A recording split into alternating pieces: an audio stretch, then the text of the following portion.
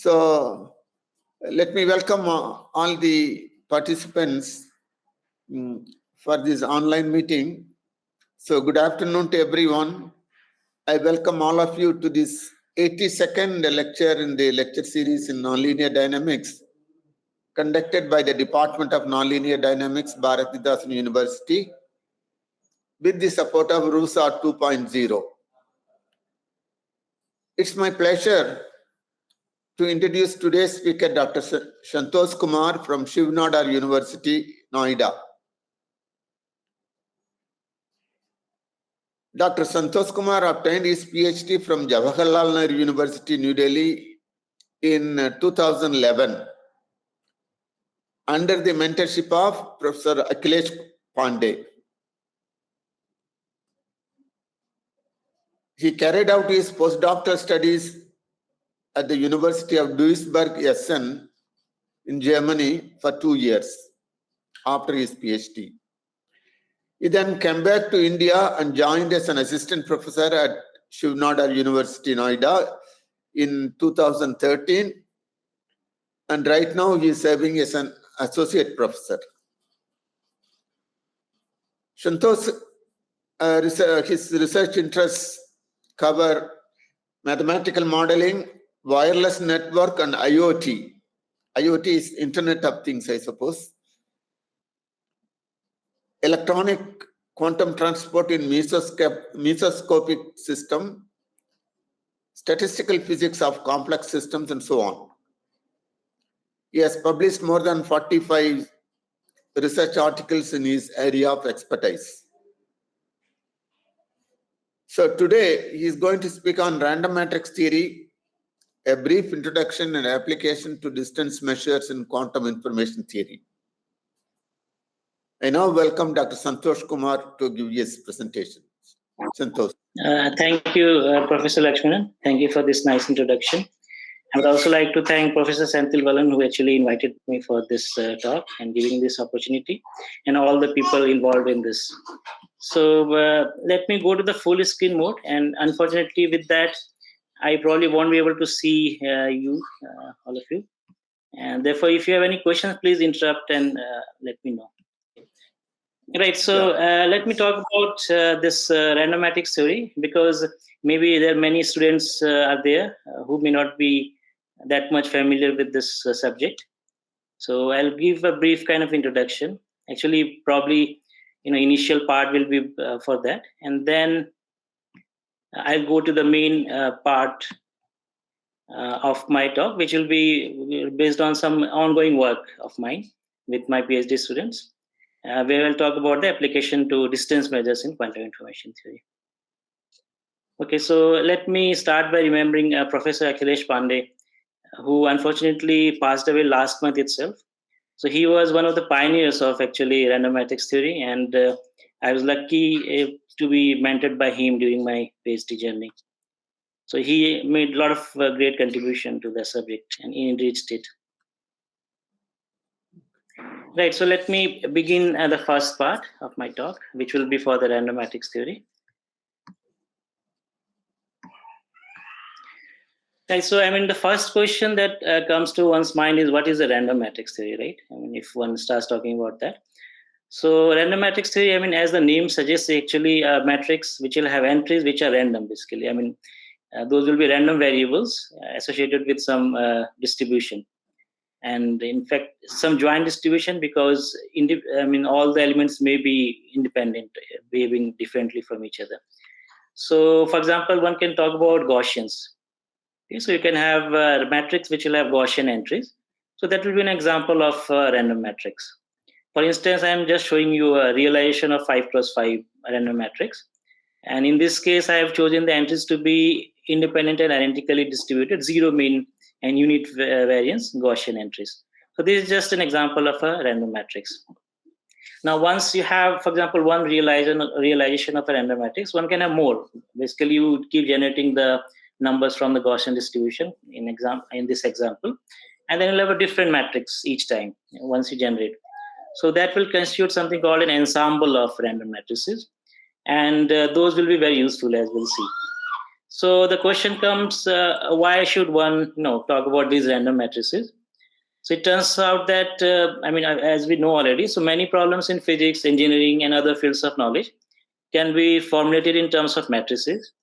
And now if the problem at hand, if one is dealing with very complex or maybe chaotic kind of system, then the matrix formulation can be done in terms of the random matrices.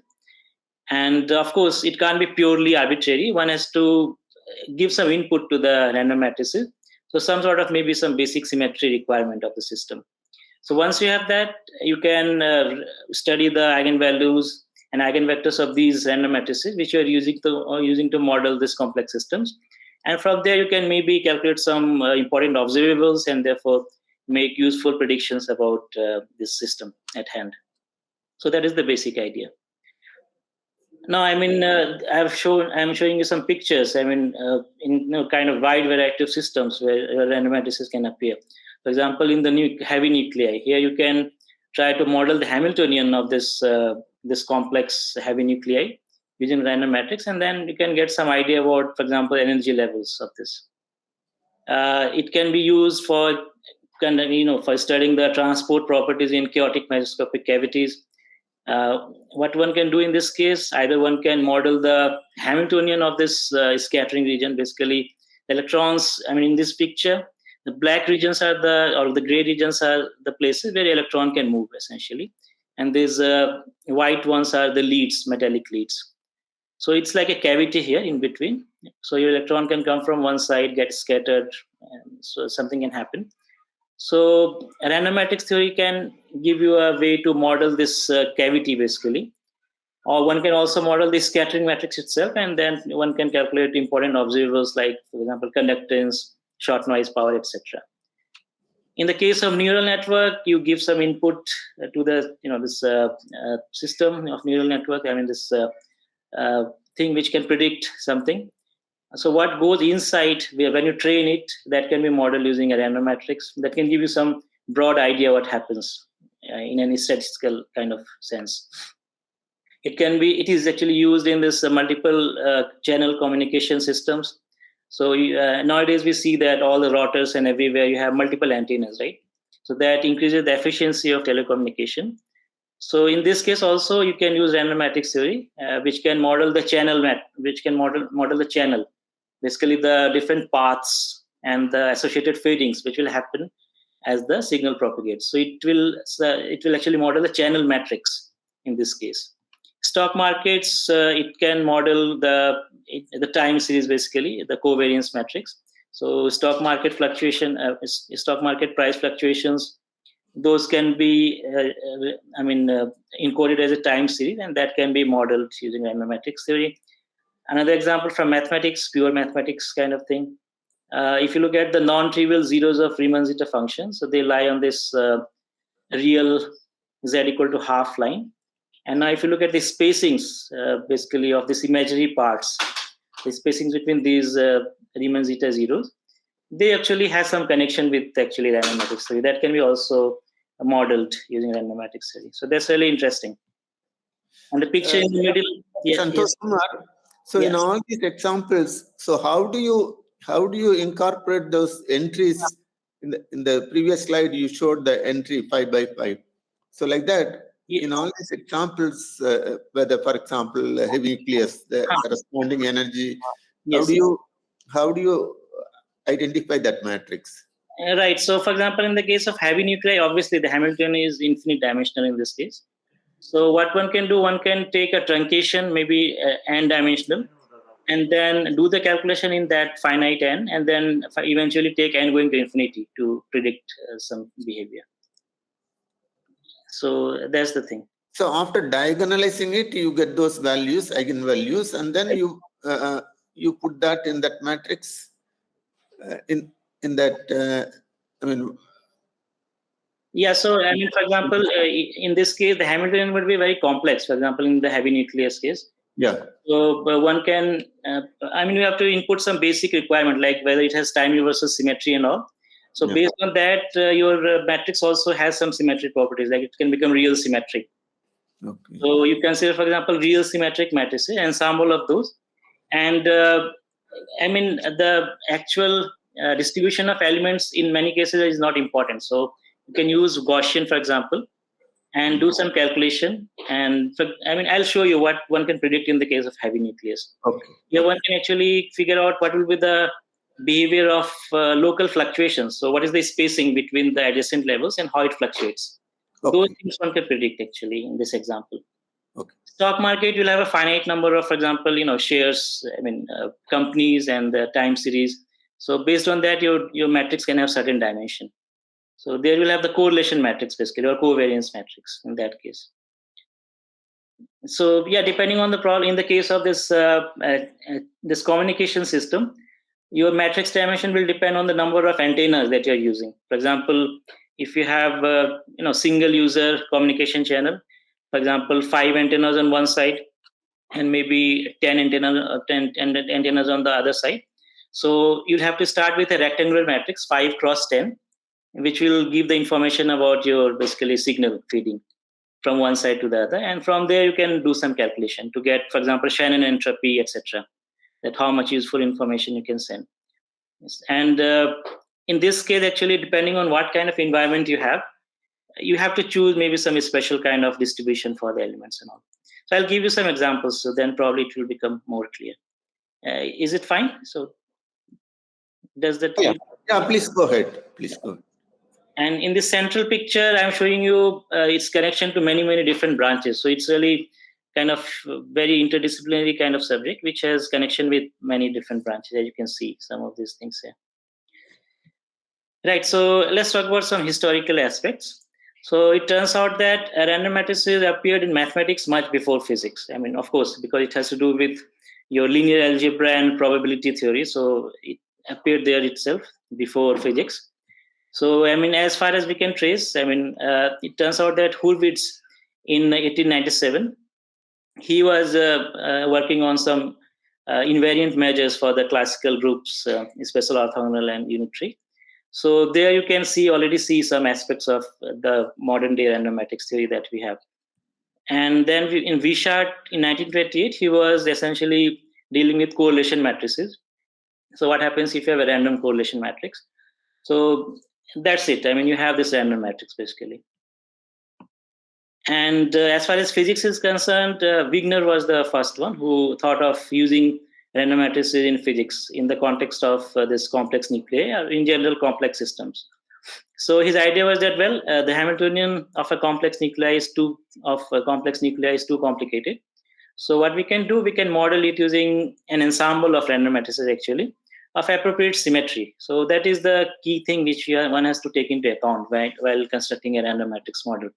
You have to give some input to your matrix model. So in this case, it turns out if you have time reversal symmetry is preserved, then it will be real symmetric matrix. So you can work with real symmetric Gaussian matrices and predict certain things. So after that, Dyson actually gave it more formal kind of structure. He proposed his group theoretical classification of random matrix ensemble. It's referred to as something called the threefold way, again based on spatial and temporal symmetries. And then various powerful mathematical techniques were developed by Dyson, Mehta, and many, many other people contributed here. I mean, I can't take all the names, but they made really great contributions. So that was kind of the beginning of random matrix theory. Now, how it appears in nuclear physics? Well, it turns out using the idea of Wigner, if one looks at I mean, of course, it can't predict the global property. It can't tell you about the overall, for example, density of states and all. But it does capture some interesting things like the local spectral fluctuations. So what is that? Well, one way of quantifying that, you are trying to see the behavior of eigenvalues at the local level. I mean, what is happening locally. So one way of quantifying that is something called the nearest neighbor spacing distribution, NNST. So what it does is the following. So suppose you have n eigenvalues to begin with, lambda 1 to lambda n. Now, because for different systems, for example, from nucleus or maybe some other systems, your overall density of states will be very different, right? It won't be same. Therefore, to compare to something standard, some random matrix kind of prediction, you have to do something called the unfolding. This is a technical process actually. So what it does, it takes the eigenvalues from your original system, does some transformation, and returns you some other set of eigenvalues, n number of those, which are referred to as unfolded eigenvalues. So what you have achieved is that you have actually mapped from some non-uniform kind of spectrum to a uniform kind of a spectrum, and says that the mean level spacing is now unity. And this is something which you can now directly use to compare with the RMT predictions, because those are actually built in such a way that they will correspond to this kind of mean level spacing, unity, and uniformly distributed spectrum. So you do this transformation, take this new set, and then you calculate the spacings basically between the adjacent eigenvalues. So like this. So mu j plus 1 minus mu j. And therefore you'll have, for example, n minus 1 number of these spacings. And one can now try to look at the histogram of that. So distribution of these spacings. So for example, here, this histogram that you see in the picture, that is coming from actually the nuclear data of 726 spacings calculated like this. And what RMT predicts is referred to as the Wigner surmise in this case, that your NNST, so nearest neighbor spacing distribution, should follow this formula. And indeed, I mean, this curve that you see here is like your Maxwell speed distribution kind of curve. So this GOE is essentially, I mean, one of the random matrix ensembles. So it matches nicely with that, with the RMT prediction. So that is one very great kind of, achievement of RMT. It can predict the local fluctuation behavior. And the nice thing is that it's actually parameter free. There's no fitting parameter here. It fits nicely once you have done this unfolding thing. So this is the thing. This matches with the RMT prediction very nicely. One crucial aspect to note here is that you have something called a level repulsion. So zero spacing would mean that your eigenvalues are coming close to each other, right? So it turns out that these eigenvalues don't like to come close to each other because the probability density is going zero here, as you can see. So this is actually in contrast to case of uncorrelated levels, where you can have actually many levels coming close to each other. In which case, if you do the same thing, if you calculate the spacing, that turns out to be Gaussian distribution. So that is the case for uncorrelated levels. On the other hand, for this nuclear example, for instance, your eigenvalues tend to repel each other. So this is called the level repulsion, and it fits nicely with this RMT formula, as we can see. So that is the thing. I mean, in the nuclear physics. Okay, so that was as far as one was talking about nuclear physics. But then another breakthrough came when Bohiga, Giannoni, and Smith, they proposed that actually the local spectral fluctuation, again, for example, the spacings of systems, of quantum systems, whose classical analog counterpart is chaotic, should be described by RMT. And in contrast, for integrable systems, the fluctuations are described by Gaussian distribution. So what is the meaning of this, this classical counterpart thing? So I've given you a very simple kind of system as an example. So system of billiards. So we can see a circular billiard here. So your particle will be moving inside this boundary, circular boundary. Just a billiard, circular billiard. So what you see here on this left are the classical trajectories. So within a circular billiard. Okay, and on the right hand side, you have something called the cardioid billiard because of the shape. And here also you can see the classical trajectories. Now you think about the corresponding quantum problem. Basically, then you have to talk about particle in a box problem, right? You have infinite potential outside this region, and therefore you can solve the Schrodinger equation, get the eigenvalues. And what happens, one knows classically that circular billiard is an integrable system or a regular system. So the trajectories are not that sensitive to the initial condition. Whereas in the case of cardioid billiard, it's known to be a chaotic system. So the future evolution is very sensitive to the initial condition. If you change slightly the initial condition, your future trajectory can look very different. So that's the thing. So now when you go to the quantum mechanical problem of solving the particle in a box problem, now you can't talk about trajectories and all, right? So where we can try to see the signatures of chaos, or whether you do have some signature of chaos, which was in the classical domain. it turns out that you do have actually. So first of all, if you look at the eigenfunction, those themselves have, you can see some sort of regularity here, and here it's kind of irregular. So these are based probability density for some high-lying states. Now, the interesting thing is that if you examine the eigenvalues and again calculate the, for example, the nearest neighbor spacing, the level spacing between adjacent levels. So for the circular billiard, if you see, so this histogram that you see, the red line, if it is visible, that matches with the Poissonian distribution. So that's as asserted by Berry and Tebo. Whereas for the cardioid billiard, it matches with the RMT prediction, as you can see with this green curve here. So that this proposal actually gave a big push to RMT because people started using it to various chaotic systems and in fact complex systems also. In fact, in many cases, you may not have a well-defined classical limit in the complex system. There also one can try to check about this, this spacing distribution. And matching with this RMT prediction somehow serves like a signature for complexity or chaos. So, of course, this is the thing. And then in parallel, there were other developments and connection coming out with other things like RMT and the localization theory. So to explain, examine properties of electrons in disordered metals, one can talk about random potentials, which will mimic this disorder. And there one can use the RMT techniques. Then there was this development of supersymmetry technique. So here you can, what you do, you use both commuting and anti-commuting variables for doing your calculation. You talk about super matrices where you have both these commuting and anti-commuting entries. And you can do very powerful calculation, like you can apply it to theory of disordered metals, quantum chaotic scattering, charge transport problems, etc. So here also, if your system is complex, you can use random matrices. And in this case, you'll be dealing with random commuting and random anti-commuting variables, basically. There was more development from Dyson's Brownian motion model for random matrices, and which relates to something called the crossover ensembles. So you have some ensembles which can move between or interpolate between some standard symmetry classes, which I'll briefly explain.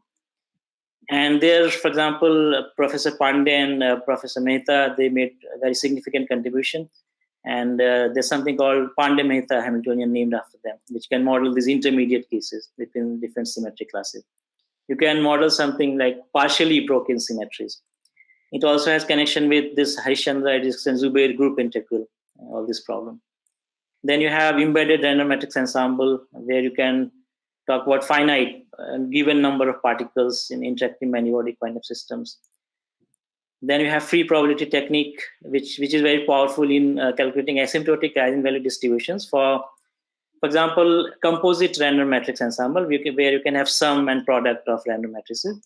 So these are some examples, and in parallel, there were many, many connections which were growing. So now I'll come to some technical aspects of random matrices. So far, is it okay? Are there questions?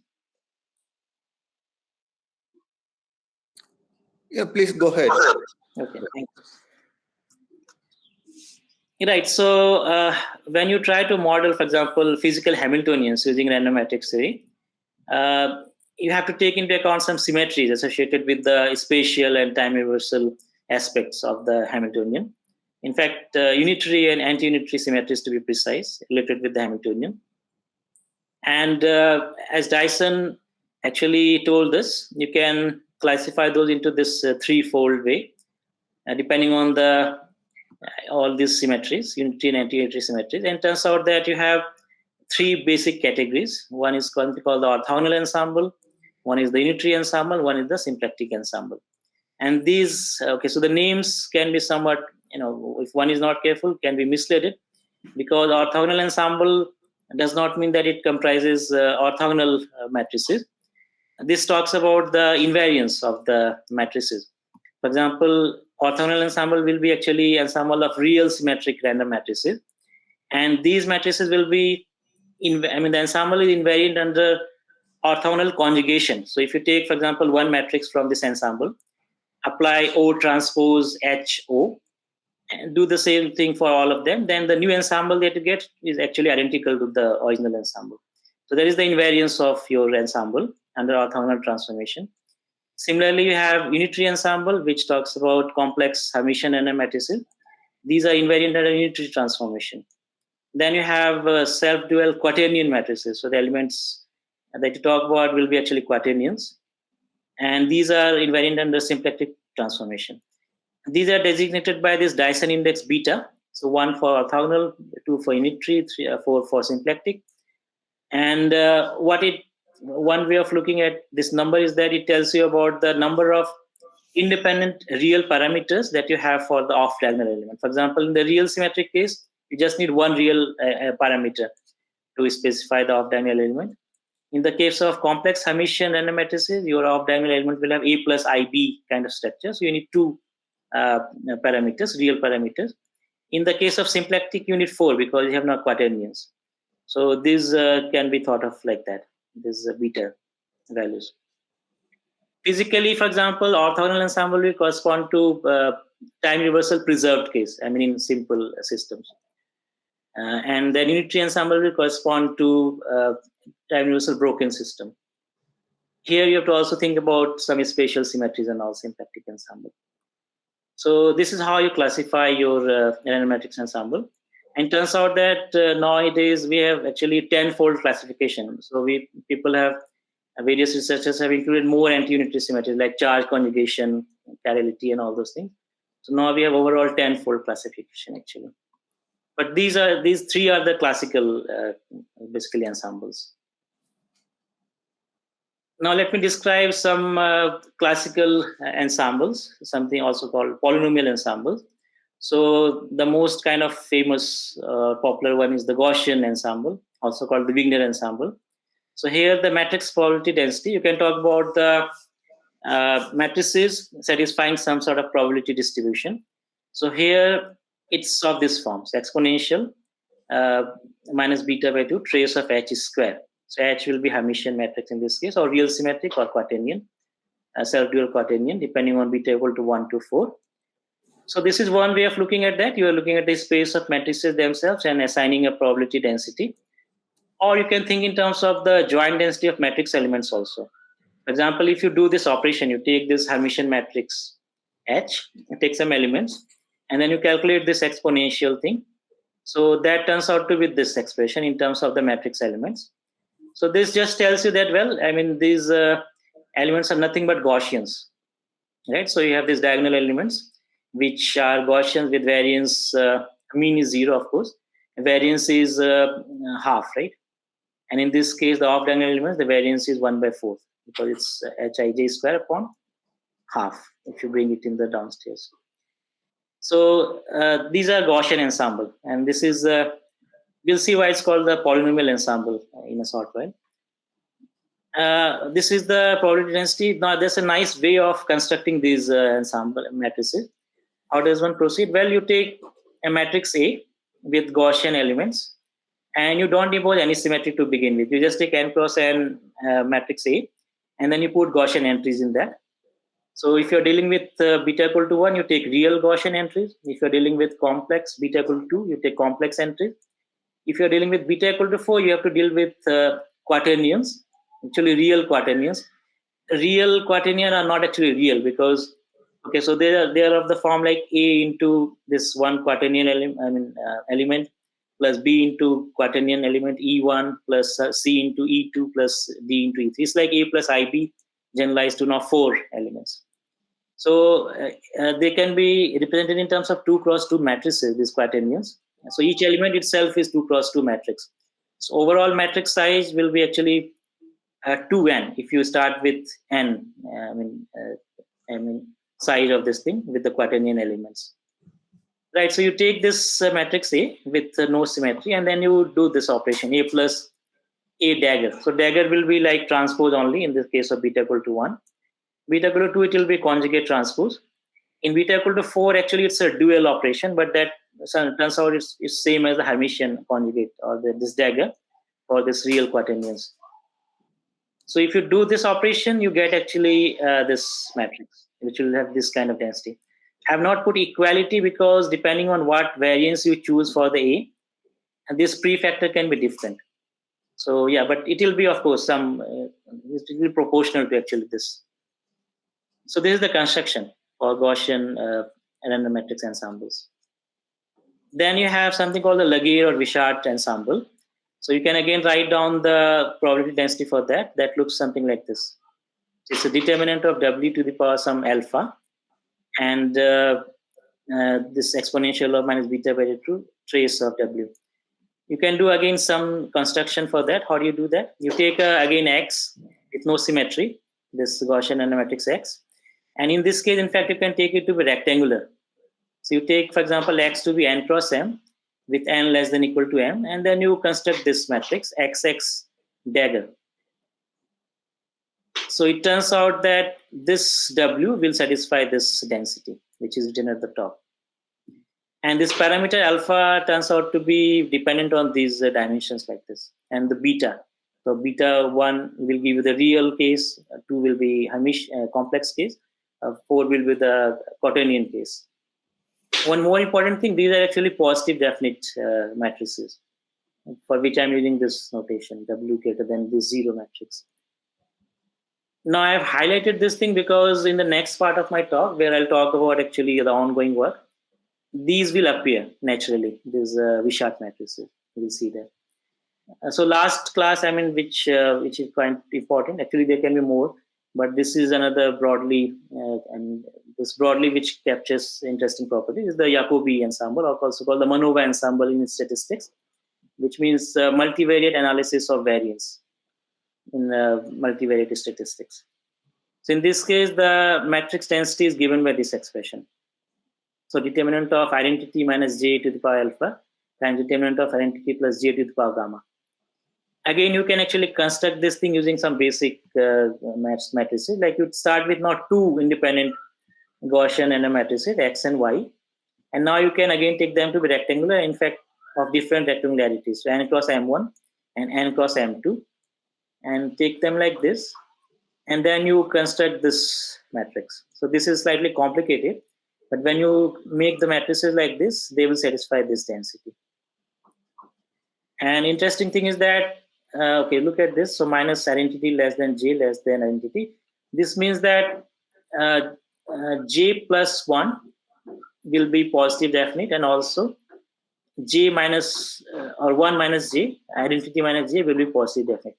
In terms of eigenvalues, the meaning is that your eigenvalues lie between minus 1 and 1. In the case of Laguerre, it's actually positive, greater than 0. So that is the meaning of that. So these are the classical ensemble, also polynomial ensemble. Why? Because if you look at the joint density of eigenvalues, so one can do what? One can start with the matrix probability density and integrate out the eigenvectors, for example. And then one gets the joint density of the eigenvalues. And all of these, that ensemble that I showed you, this polynomial ensemble, they have the same kind of structure, this structure. So you have some normalization constant, and then you have this product actually, which is the product of two eigenvalues. It's a product of difference of eigenvalues in this way. And this is the term which is responsible for the level repulsion that we saw in the nearest neighbor spacing plots actually. Because if you are taking the values of j and k to be close to each other, then the probability tends to go to 0. So this factor, the van der Monde determinant, is responsible for the repulsion. Then you have the last part, this product of the weights.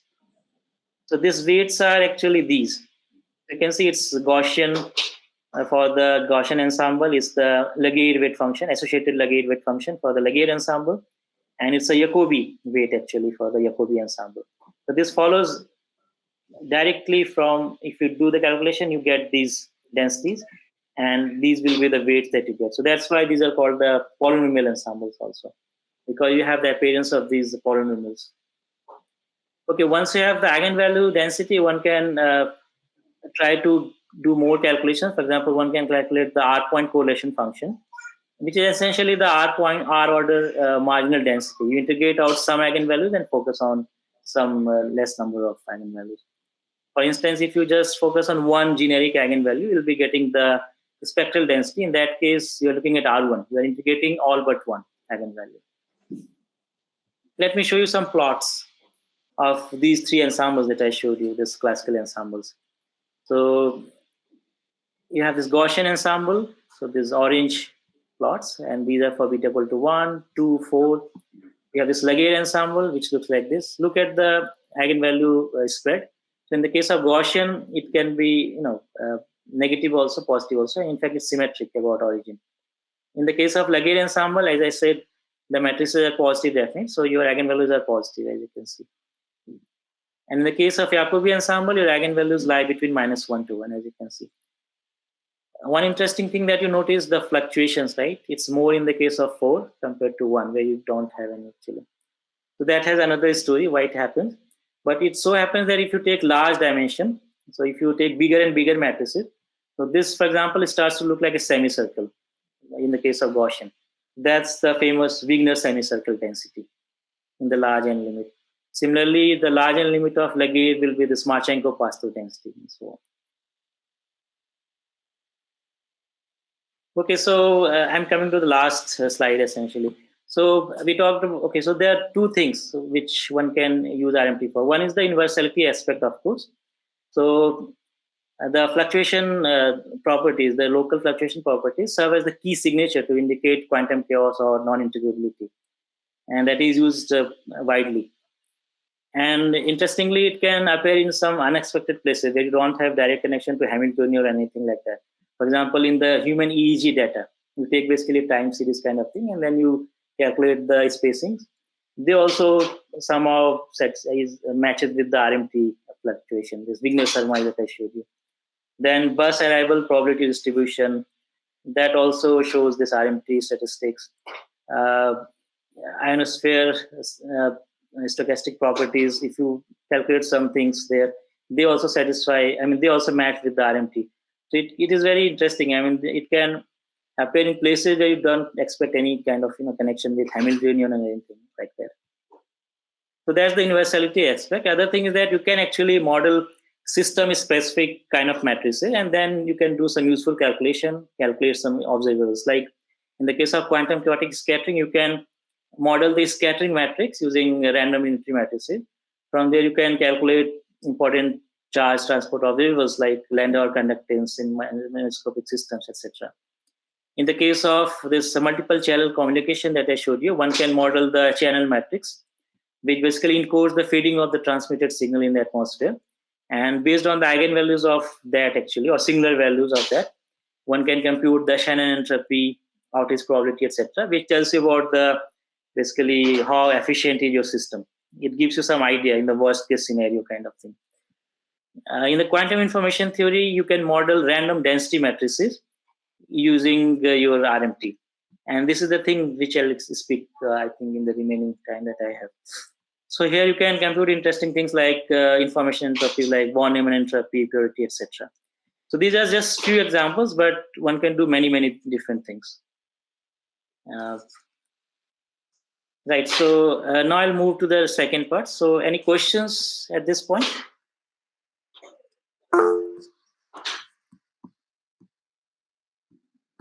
Chitika Rubbi has a question. Yeah, yes. Sir, shall I ask, sir? Yes, sorry? Sir, actually, while writing that Gaussian random matrix for two variables, that you have considered two independent Gaussian matrix, random matrix. In the case of Gaussian ensemble? Yes, sir. So how to write random matrix theory for multivariables, sir? No, so in the Gaussian case, you do have, so the elements are, Gaussians, right? Yes, sir. Okay, so you're having a function of x comma y, and x and y are conjugate variables. Right. So in fact, in this case, you have multiple entries, right? You have n number of those, right? Look at this Gaussian. Right. So what you have, if you think in terms of the elements, right, of the Gaussian matrix, is this visible? This one? Yes, sir.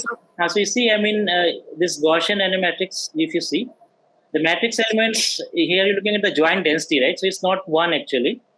You have all, for example, in the case of this complex case, n square such elements, right? Yes, sir. Okay, so what you are looking at is not only one or two, but rather the joint density of all the elements. And in this specific case, of course, all of them are IID Gaussians, but you can have more general scenario where you take different distributions for them. Basically, the joint distribution could be different. It may not be IID. So it is actually multivariate. I mean, purely multivariate. So, Sir, while moving to that next slide, sir, that X and Y are two independent Gaussian random matrices. Yes, these are matrices. So X itself has, so X itself is n cross M1, M, for example, in this case, and that will have Gaussian elements. While using two independent Gaussian random matrix and on doing the calculations, we get the J. The J is represent what, sir, actually, which kind of system? Yeah, so J is like, okay, so point is that you get different kind of matrices where, these are the construction. J is a matrix which is referred to as the Jacobi ensemble, refers to a Jacobi ensemble. Here the eigenvalues is between -1 to 1. You can do a shift and you can make it maybe 0 to 1. And these kind of ensemble appear in this scattering problem, right? For example, the transport observables. Okay, so for example, in the calculating the conductance, you need this transmission eigenvalues. All right.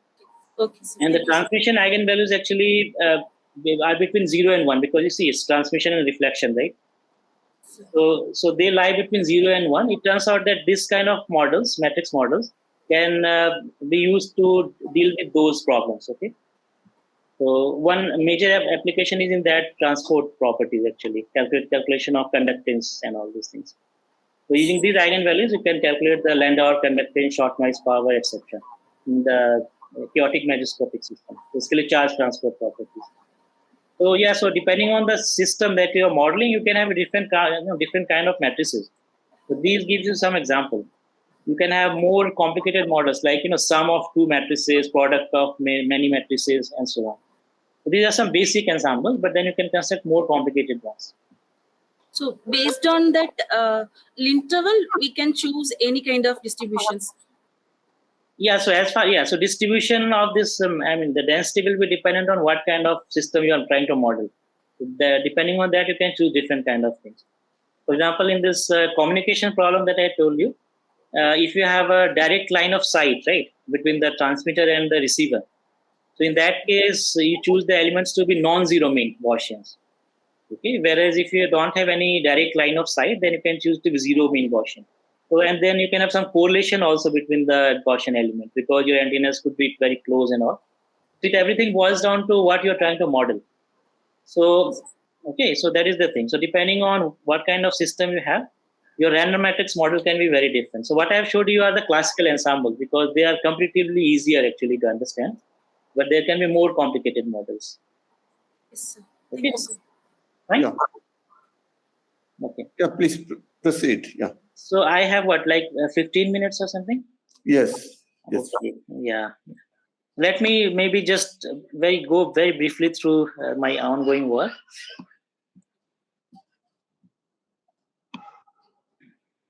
So I'm talking about random quantum states and distance measures, corresponding distance measures. Let me start with the random quantum states. So in quantum mechanics, density matrix formalism plays a very fundamental role in quantum information theory and is a natural way to deal with mixed states. Now, as far as random is concerned, why random density matrices, right? So random density matrices correspond to kind of, systems for which you don't have much information. So it gives you a minimal prior knowledge about the system and provides some sort of generic description. They can be associated with quantum states which are affected by noise. So if you have noise in the system, you can try to model it using random density matrices. So the quantum states can be modeled using random density matrices. Another connection is with this, of course, the quantum chaos, where you can be examining states whose classical analog are chaotic. Now, as far as pure states are concerned, you have actually a natural measure associated with them. So for the random pure states, you can describe things in terms of this uniform measure. Basically, you can think of this vector on this Bloch sphere, right? The state on a Bloch sphere, uniformly distributed on the surface. Whereas for the mixed states, there's no single unique measure to describe their statistics, and Actually, there are many different measures to study the mixed states. One of them is something called the Hilbert-Smith, and one is called the Bures Hall. And there are more, but these two are actually the kind of prominent measures. What I'll be discussing here is the Hilbert-Smith measure. And how do you get this mixed states? Well, look at this construction. So consider a bipartite system. So you have overall this Hamiltonian, this Hilbert space for the overall system, which is comprising two subsystems, A and B. And you have n-dimensional Hilbert space for the A and m-dimensional for the B. Overall is this, right? So that is a bipartite system. And now you talk about a random pure state in this system. So what will be that? Well, you choose first of all, any arbitrary state of this composite system. And then you apply this unitary matrix on that. So global unitary matrix, nm dimensional. So the state that you get will be actually a random pure state. You keep applying, for example, U from this Haar measure, uniform measure, you keep getting states which will be uniformly distributed. Okay, so this will be your random pure state. So this is how you get the random pure state, and you can see why this Haar measure, the uniform measure, is associated with that, right? It can give you all the possible, the states that you can have by this unitary rotation. Now let's do something. So let's trace out the system B, subsystem B. So that could be like the environment, and A could be something on which you are focusing. So you do the partial trace and trace out the system B. And this is what you're doing essentially, right? You're tracing out the system B. And it turns out you can map it nicely to this random matrix model. Okay, and this is the model that you have for this reduced state. Okay, so XX dagger upon trace of XX dagger. And we just now saw that XX dagger is what? That is the Wishart ensemble or the Laguerre ensemble, right? So you see, it naturally appears in this case, this Wishart ensemble. And the only thing is that you are actually normalizing it with the trace of that matrix itself, okay? So that the trace of rho is 1, which you require. So these are actually the normalized or the trace 1 fixed trace Wishart ensembles. This is referred to as a fixed trace Wishart matrix. Right, the same thing which I already told you, that you can take, you have these Gaussian elements here, and then you make XX dagger upon this trace of XX dagger. So this models actually this reduced state, and that will be a mixed state in general. And now if you calculate the density for this rho matrix, because you know that X's are Gaussian and random matrices, so from there you can calculate that the density for the rho, these mixed states, you get something like this. So what you have is basically trace of rho equal to 1, that is with the delta function, because you are constructing the matrix in that way that your trace is 1. That's why you have this factor here. And then you get this extra factor, determinant of rho to the power m minus n. So m and n are the subsystem dimension, as you see. And theta it just tells you that rho is positive definite. Okay, so this is the density that you get for these reduced density matrices. And in the rest of the talk, when I say random density matrix, I'll be talking about density matrix taken from this distribution actually. Now, as I already told you, it looks somewhat similar to that, right? This Wishart ensemble density that I showed you earlier. I'm just taking beta equal to 2 case, the complex states. So beta equal to 2, and therefore the density that I showed you earlier. Let me quickly go there. This one. So you put beta equal to 2, then it reduces to this one. So you are looking at complex matrices and W, and the density for the density matrix is actually this one.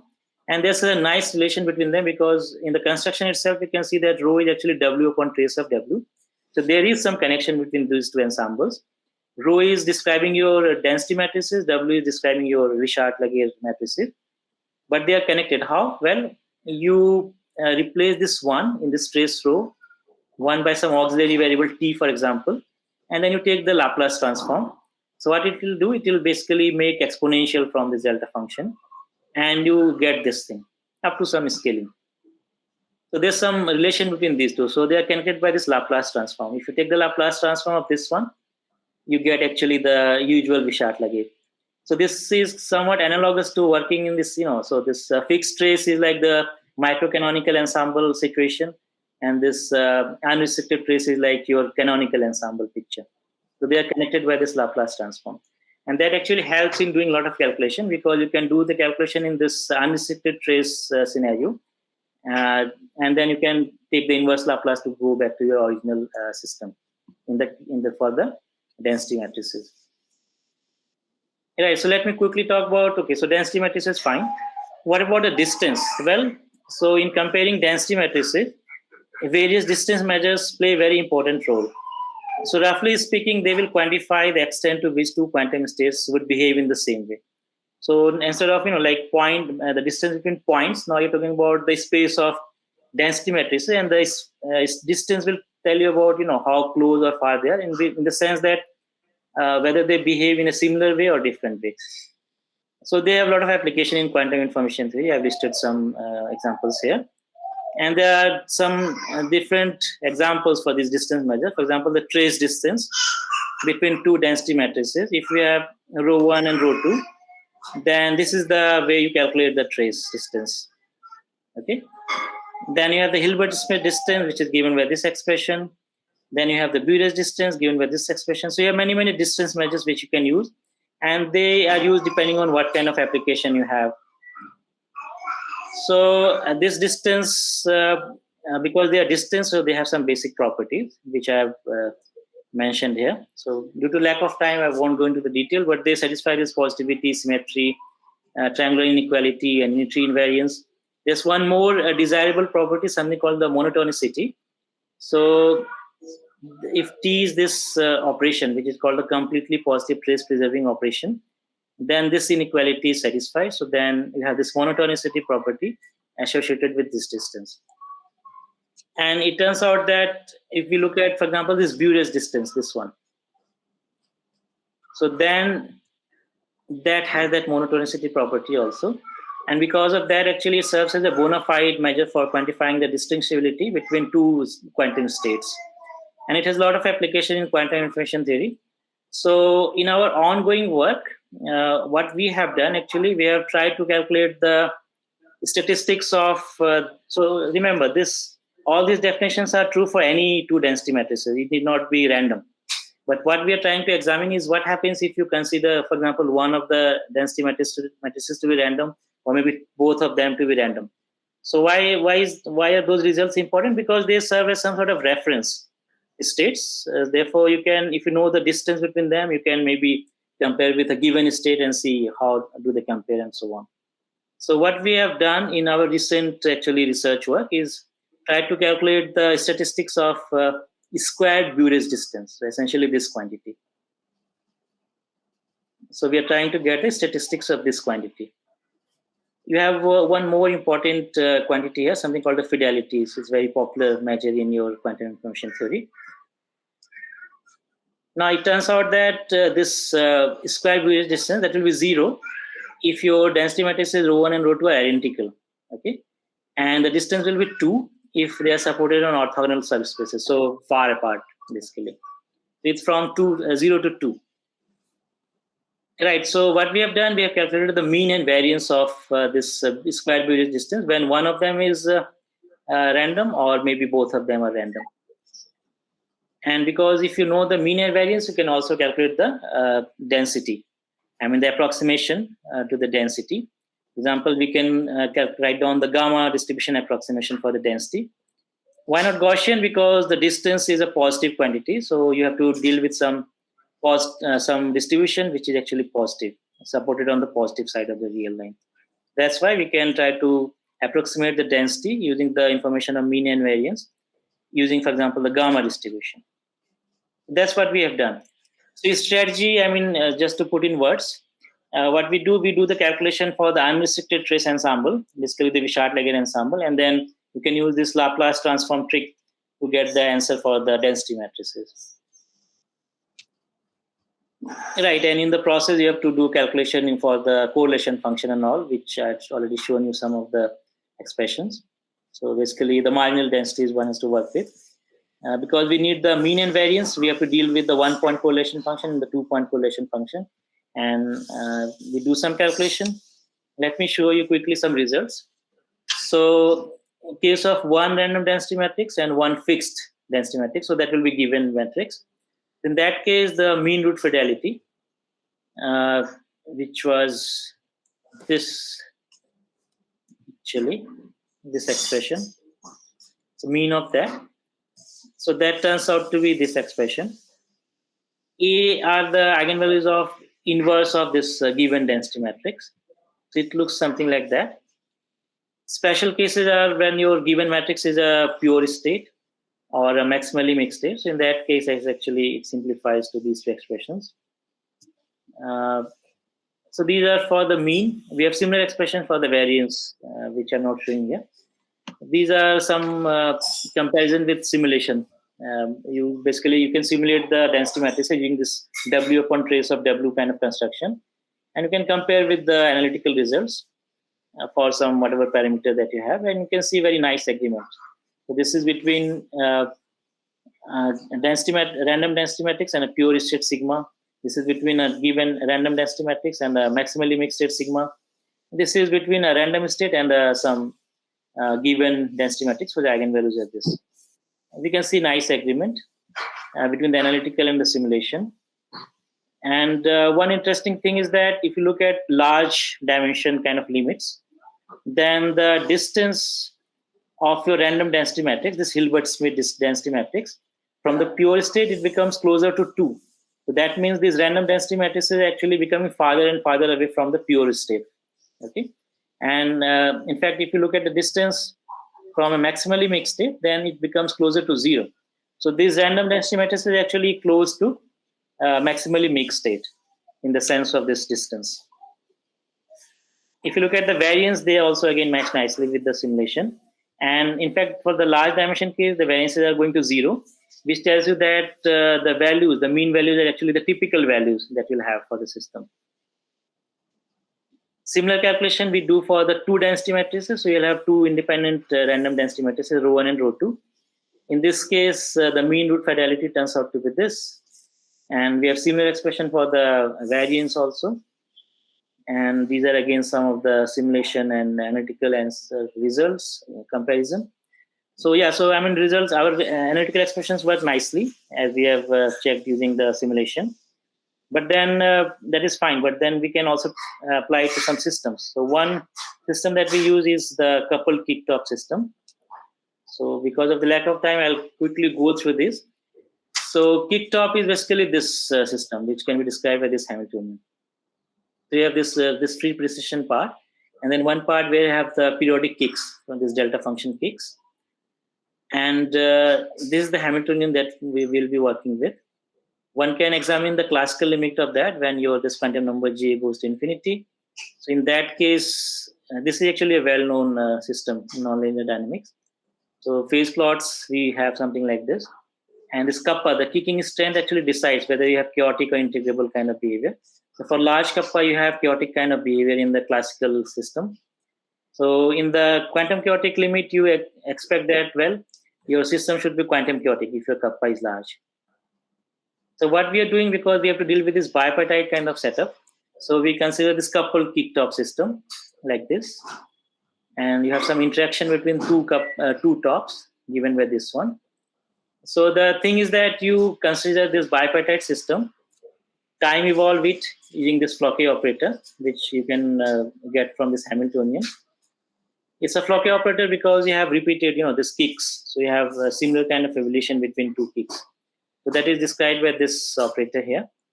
So what we do, we start with some initial state and time evolve it using this Floquet operator. And this system is actually a pure state because it's for the full system. You do the partial tracing and you basically focus on one of the systems, and that will be like a mixed state. And we ask whether it matches with the our predictions of your distance. So this is the plot. These are the plots. So this diamond is the RMT, and these three are for the different coupled kick-tops, which have actually different initial conditions. And you can see they match nicely actually with the RMT prediction. Similarly, so this is for one of the fixed state as the pure state. This is for the maximal. Sorry, this is for the pure state case. And this is for the maximally mixed state case. This is for the variance. That was for the mean. As I said, because you have mean and variance, so you can also compare the density, the approximation. That also works nicely with the coupled Kirchhoff system, as you can see in these pictures. So yes, our analytical predictions work nicely in the case of this coupled Kirchhoff system. Another system that we consider is the random spin chain. So it's actually a many-body system. And again, because of lack of time, this is the Hamiltonian. You have these spin operators. We have three terms essentially. One is the Heisenberg term. One is the Zeeman-like random term. HG are random numbers basically. And then you have this chirality term, which helps in breaking the time reversal symmetry. And you get random states, which are actually complex. And therefore, one can compare with the results that we have. So what we do here, we take this Hamiltonian, we diagonalize it, and it has some additional symmetries. For example, it commutes with this total SZ thing. Therefore, your Hamiltonian will block diagonalize if you write in this basis. So you have to actually work with one of those blocks, because if you mix the blocks, then your statistics will change. So you look at the one of those such blocks. For example, this is one such block, and then you take one of the states out of that. You take one eigenvector. You make this density matrix basically of this pure state, and then you can do this partial tracing to get this mixed state. What you are looking at is essentially this spin chain as a bipartite system. You are examining the interaction between two parts of the spin chain. So in that sense, it's like a bipartite system. You can do all this partial tracing and everything. And again, you can compare with the RMT results that we have for the distance measures, for a distance from a pure state, from a maximally mixed state. And you do have good agreement actually with RMT, as you can see with these numbers. In the distribution also, you get not that bad agreement actually. Same thing we can do for two random states. You take actually two blocks, for example, two independent blocks of the Hamiltonian, and then you can construct pure states from those. And then again, do the partial tracing to get the reduced states, and again, compare the distance with the RMT. And here also it works nicely, as you can see in some of the plots. Right, so this is the thing. So we calculated this distance measures, the statistics of distance measures, and from the RMT, and we could actually apply this Kirchhoff system and then spin chain. Yes. There's some question? I'm meeting Lerkama. Okay. Right. So with that, I'm coming to the end of this talk. So as far as this problem is concerned that I have showed you, one can try to calculate the higher moments and also for example, the distribution exactly.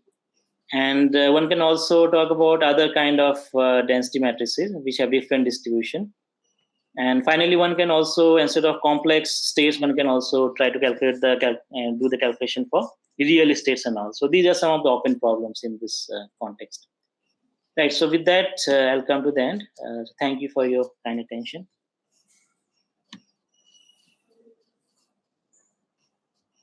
I'm sorry I had to rush through the last part because of the lack of time. Yeah, we do understand. So, are there questions, comments, remarks? If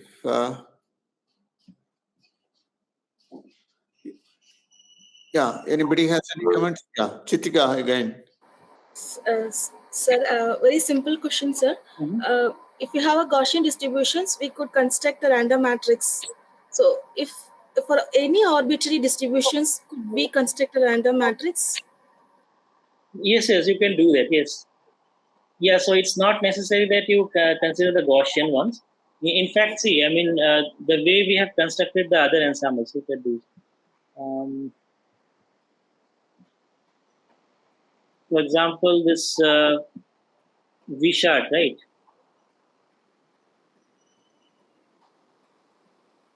Okay, so see, for example, in the V-chart case, right, the X had a Gaussian entries, correct? Yes, sir. But when you calculate this XX dagger, so the elements of W will not be Gaussian, right? They will be actually chi-square distributed. All right. So the element of W will be chi-square distributed. So you see, I mean, it's not necessary that the matrix that random matrix are dealing with has to have the Gaussian entries only. You can have different also, depending on the kind of problem you have. That will be also called random, yes. Sir, what could be the challenge to construct a random matrix from the distribution? So one could face, like while constructing that joint probability distribution, that inverse transform. Right. So as far as numerical generation is concerned, it's easy, right? You basically do whatever. You choose any distribution. You can fill the elements using that. You have a random matrix, right? And you can numerically diagonalize and do all sort of things. But analytically, what you have to do, you have to actually work with something which is analytically tractable. So typically, if you start with Gaussian, then you can do some analytical kind of calculation, etc. So that's why, I mean, typically one deals with Gaussian. But there are many mathematicians who work with other kind of distributions also, and one can show that some of the things are actually not dependent on the what kind of distribution you choose. For example, the universality property, and for example, is this density that I've showed you. Okay, so as far as certain conditions are satisfied, like maybe mean zero and variance satisfying some properties, you get the same kind of thing even in those cases. So it's like some sort of universality. But yes, for specific problems, you do have to construct your matrix in a certain way, and you have to choose things in a way that makes it analytically tractable. So you can't completely choose something purely arbitrary. So then you won't be able to make any analytical progress. Numerically, of course, you can do anything, right? I mean, most of the things. But analytically, it becomes difficult if you don't formulate your problem carefully. Thank you, sir. Yeah. So any other questions? Any comments? Yeah. So I have some basic, simple question. You have the coupled, say, two quantum kick tops to consider earlier, or the spin chain. Yeah. I mean, you can consider the quantum levels. I mean, quantize this, diagonalize it, and obtain the quantum levels and discuss the various properties. Yes. Why should one go to random matrix theory? Why do you need random matrix theory? Yeah. So the point is that, I mean, because of this, these are examples of quantum chaotic systems. Basically, yes, you are able to describe the energy levels, fluctuation, etc. using random matrix theory, right? And do you need to go to random matrix theory? You can consider the quantum aspects. You can quantize and get the energy levels and other things. Yes. So that's the numerical approach, right? I mean, yes. But there's something bigger than that, right? I mean, so you want to get some sort of generic kind of description for all such. I mean, this is a specific example, right? Couple kick tops, but then you can have other quantum chaotic systems also. So it turns out that you have some basic properties which you can describe using very simple and same kind of formula, basically, if you like. So, like the analytical expressions. Quantum harmonic oscillator, two coupled quartic oscillators. Yes. So even in those cases, you expect that your RMT results will hold. So so there's some sort of universality. You are able to apply the same results as long as you have some sort of chaos or something like that in the problem. Okay. So you don't have to do a specific calculation for that system. You already have something which you can apply directly, which will be universal. For example, this distance measures. So you know that for these chaotic systems, if you do the calculation, the mixed states that you get, they will be actually close to maximally mixed. You know that from your RMT. Okay. So you can make some predictions. I mean, without even dealing with the problem. Okay. Very nice. So I think it has been an extremely interesting talk. We really enjoyed it, and you started from very simple, introduction to random matrix theory, and then you developed further details. So I do hope the participants have really enjoyed your talk, and they will get interested further in random matrix theory and get in touch with you if they have any doubt. Yeah, especially because last part I rushed through. So if you have Yeah. guys any problem, I mean, questions, you can mail me or phone. Yeah.